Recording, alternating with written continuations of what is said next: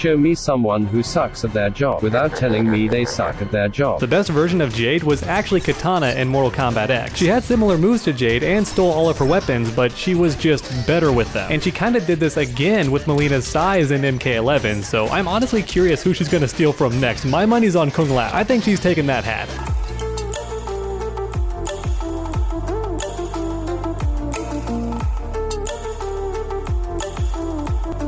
In past videos, I described Jade as the worst character in Mortal Kombat 9, and some disagreed with me, so today I wanted to explain in detail why I truly believe that Jade is the worst, and possibly the biggest tragedy, since her best version is literally Katana in MKX. Now keep in mind, Jade is not a terrible character by any means. If anything, her biggest sin is playing honestly in a game where dishonesty reigns supreme. But before going any further, here's a quick word from today's sponsor. Today's video is sponsored by Dashfight, the all-in-one hub for everything fighting games. Here on their channel, you can find pro tips, VODs, character guides, tournament schedules, and world rankings. Every inch of the FGC carefully wrapped in one sleek place. Their main goal is to promote fighting games and empower the community on their path. They even have a series of EVO Online 2021 analytical videos. So as you can see, their channel is way more than just guides. It's got everything fighting games. So make sure to check out their channel link in the video description and the pinned comment down below. They were kind enough to sponsor this video, so I highly recommend that you check them out. Alright, so first up, let's talk frame data. I know that can be very boring to a lot of you watching, but I think it's super important. So when it comes to frame data, Jade has absolutely nothing that is plus on block, and I mean nothing at all. Now keep in mind the game itself doesn't have frame data to look at, so you're at the mercy of anyone who posts online, but from what I've researched, Jade does not have anything that is plus on block. And that might not seem like a big deal if we were playing MK11. A lot of characters don't have plus on block moves, or at least not very many, but in a game like MK9, that's pretty crazy to not have anything be plus on block. So for example, let's look at Shiva, because many consider her to be the actual worst character in the game. However, oddly enough, Shiva has an infinite block string unless you duck. If the opponent stays standing, this block string is literally an infinite and they will die to chip damage. So the only way out of this is to duck, but against Shiva that is very risky because her overhead is extremely fast and also deletes half your life bar. And as a result, Shiva has plus frames that are very, very scary despite being one of the worst characters in the game. So now let's hop back to Jade. Because Jade is not plus on block for anything, that means that for a majority of her attacks, she will give up her turn completely. However, in Jade's defense, she does have some strong moves that are neutral on block. So this shadow kick, in MK11, this would be entirely punishable, right? But not in this game. It is 0 on block, which means you and the opponent are on even footing. And the same is also true for her staff overhead slam. This thing is also 0 on block or neutral, which means you and the opponent are on the same footing. And both of these moves are decent, so them not being minus on block is kind of surprising. However, when it comes to frame data, that is all Jade has going for her. She is either safe or neutral. She is never plus, and that's a big deal in MK9, where even the worst characters can still be plus on block. But then next we have the mix-ups, or should I say the lack of mix-ups, because Jade does not have a single overhead in any of her strings. They are either highs or they are lows, which means you can pretty much crouch block all day. The only overhead Jade has is this staff overhead slam, but as you can see, it's pretty slow on startup. I'm gonna be honest with you all, I don't have the best reaction time, but even I can react to this thing. So once again, if you're the opponent, you can just block low all day once you have the life lead and then react to the overhead. In fact, this overhead is so slow that you can actually react to it and hit her out of the jump for a full combo. So once you understand that as the opponent, all Jade can do to mix you up is throw, because outside of that, just crouch block all day and then wait for the overhead. Having literally no mix-ups while also being constantly negative or neutral on block is one major reason why I consider Jade the worst character in the game. However, in saying that, I think I understand why NetherRealm made Jade like this, because Jade actually has the ability to go completely invulnerable for about a second, a little under 2 seconds. It's not a very long time, but the point is she can go completely invulnerable. So just imagine a character that can be literally unhittable for about 2 seconds who also has really good mix-ups. That would probably be a bit unfair, right? Now the thing is, we are playing MK9, where pretty much every character has something unfair. Take Quan Chi for example, another low tier character in this game. Many players consider him to be bad, but even he has an unblockable string that you can loop, and the opponent has to eat all of this damage. There's nothing they can do. So apparently that's fair enough to leave in the game, but Jade's not allowed to be invulnerable and also have some decent overhead low mix-ups. That's just too far. Now because Jade has pretty much no mix-ups, a vast majority of her damage is going to come from whiff punishes or punishing something unsafe on block. That's pretty much the only way she can get her damage in this game. And to be fair, Jade has some decent damage. It's nothing crazy in a game like MK9, but the damage is about average, so it's nothing to be ashamed of. Although if I'm being honest, comboing with Jade is easier said than done because her main way of getting damage is this overhead staff, and it doesn't combo after a lot of her moves, and as a result, only certain situations allow her to whiff punish or punish you properly. Now thankfully her enhanced version is slightly faster, and this does open up some new combo options, like right here for example. However, the issue is that once you get the life lead against Jade, you can just start blocking because she doesn't have any real mix-ups, and the only way she can really open you up for a full combo is if you extend a limb and she gets a whiff punish. So once you know that as the opponent, you can get the life lead and then just start blocking, because once her turn is over, you can now start attacking and get some chip damage, maybe go for a mix-up, all that annoying stuff, and Jade just kinda has to take it. However, I know everybody wants me to mention the Wake Up game, because Jade's Wake Up game was very, very unique in Mortal Kombat 9, and some would argue it's actually a very broken get up option. In fact, MK Rio has a fantastic video on this topic if you want to see it explained in great depth, but for now I'm going to go ahead and keep things simple. So Jade's glow in this game activates on frame 1. As you can see, I can walk forward immediately after activating it, I can jump after activating it, I can attack immediately, it has no startup animation whatsoever. It activates on frame 1 and you're good to go. And normally all this move does is make Jade immune to projectiles for a very brief amount of time. I think it's a little bit over 1 second. However, here's the thing, the game does allow you to do it on Wake Up, and in this game every single Wake Up attack has 11 frames of invincibility, and as a result, if Jade is knocked down, she can wake up with this, and after frame 1 she is invincible for the remaining 10 frames and can do literally whatever she wants. She can do a crouching low, a crouching jab, an uppercut, she can jump away, any number of things. Once she activates this move on Wake Up, she is fully invincible and free to move for about 10 frames, and that's not a super long amount of time, but it is enough to get away from the opponent, maybe try to jump and escape the corner, all that good stuff. And don't forget, if she spins the bar, she is fully invincible to anything, and it lasts for a bit longer, a little under 2 seconds, so that's a pretty strong option as well. Essentially, if Jade is ever cornered, she can go purple and just jump out of the corner scot-free. And as a result, I would argue that Jade is the slipperiest character in MK9, because you can never keep her where you want to as long as she has 1 bar of meter, and even if she does it raw, she's still invincible for 11 frames, so that's nothing to sneeze at. It's a pretty cool option. However, with that said, I must admit that in my eyes, this Wake Up option is a bit overrated for a couple of reasons. Reason number 1, if you knock down Jade, you can just wait on her Wake Up, and if she doesn't go green, apply pressure like normal. Or if you're really scared, then just block low on her Wake Up every time, because this is the only overhead she has and you can react to it. So just block low and react to the overhead every time she gets up. Or if you prefer, you can just end every combo in a way that knocks Jade really far away, because now if she wakes up invincible for 10 frames, who cares? The reality is that's only 1/6 of a second, and you're too far away for her to get in that amount of time. Like maybe she can nitro kick and like close some distance, but it doesn't go as far as it looks. But then we have the final nail in the coffin. This option renders Jade's Wake Up completely useless. Many characters in Mortal Kombat 9 can restand you without having to spend any meter at all, and as a result, Jade's amazing Wake Up is taken completely off the table. She might as well not even have it against characters that can restand her even at the end of long combos. So don't get me wrong, this Wake Up option is very unique and powerful in its own right, but a lot of characters can just take it off the table by constantly restanding you, so as a result, one of Jade's best options is completely out of the game. And many will tell you that every character in this game has something broken about them, and sadly this Wake Up is the broken thing about Jade, and unfortunately it can be taken completely out of the game. So the one thing Jade has that is arguably broken in this game can be taken completely off the table. Once again, poor Jade. And honestly, it's also worth mentioning that many characters have invincible Wake Ups that are safe on block in this game and recover almost instantly if they miss. So when compared to that, I don't see Jade's Wake Up that impressive. Maybe it would be if she had some mix-ups or some scary pressure game, but she doesn't have either of those, so at best her Wake Up is mainly used to escape pressure, and that's pretty much it. Which, don't get me wrong, that's not bad, but like I just said, there are plenty of characters that have Wake Ups which do the exact same thing, and they lead the combos, and they have armor, stuff of that nature, and Jade has access to neither of these things. And that's why I honestly don't consider her Wake Up to be that great. It is very unique and very interesting, and it could be one of the better Wake Ups in the game, but I just don't see it being something supernatural in the hands of Jade herself. So as you can see, Jade is definitely bottom 5 in this game, and in my honest opinion, she really is the worst character in Mortal Kombat 9, and that's just a tragedy. But let me know your thoughts in the comments section down below, and then while you're down there, make sure to leave a like and help support the channel. And then finish that combo by subscribing and ringing that bell. That That way you never miss any future videos. Make sure to come back next time, and as always, stay underdogs.